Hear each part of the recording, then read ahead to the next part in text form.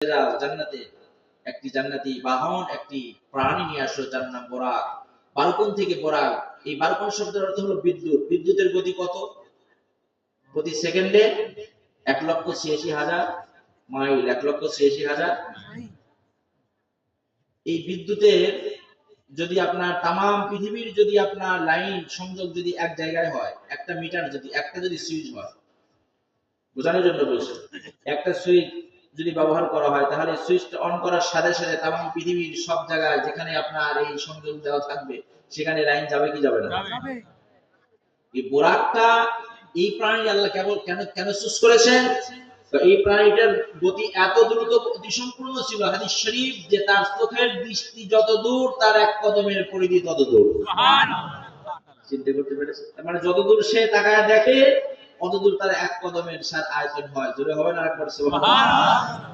জিবরাইল আলাইহিস সালাম সেই বাহন আনতে গেলেন কোথায়? জান্নাতে, বেহেশতে। কোথায় বলো?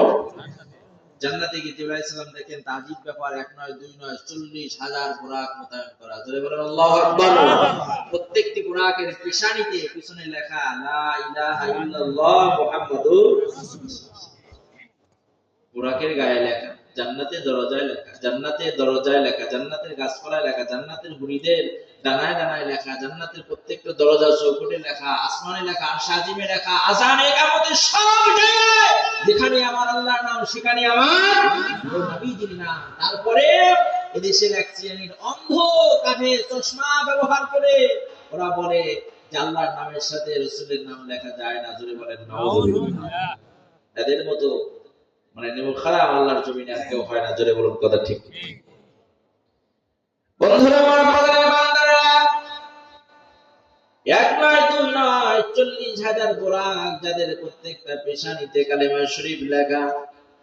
কিন্তু আশ্চর্যের ব্যাপার হলো 39,999টা বুরাক সবাই সুস্থ দেহের অধিকারী, সুঠাম দেহের অধিকারী, নাদুস নুদুস তাদের চেহারা, কিন্তু একটা বুরাক একদম জীর্ণ শীর্ণ, একান্ত দুর্বল হয়ে গেছে, ক্ষীণকায় হয়ে গেছে, কোন মতো শ্বাস প্রশ্বাসটা আপ ডাউন হচ্ছে।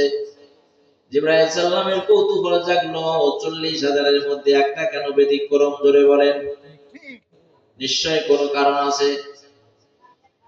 ভাই আমার, ভাই বান্দারা, জিবরাইল আলাইহিস সালাম তিনি চিন্তা করলেন একটা বোরাক কেন ব্যতিক্রম, তার কাছ থেকে একটু জানা দরকার, কারণটা কি, রহস্যটা কি। এবার তার কাছে জিজ্ঞাসা করলেন, আল্লাহর সৃষ্টি বোরাক, জান্নাতি প্রাণী, মনে কিছু নেবে না? 40,000-এর মধ্যে আপনার শরীরটা কেন এরকম ব্যতিক্রম? আপনি কেন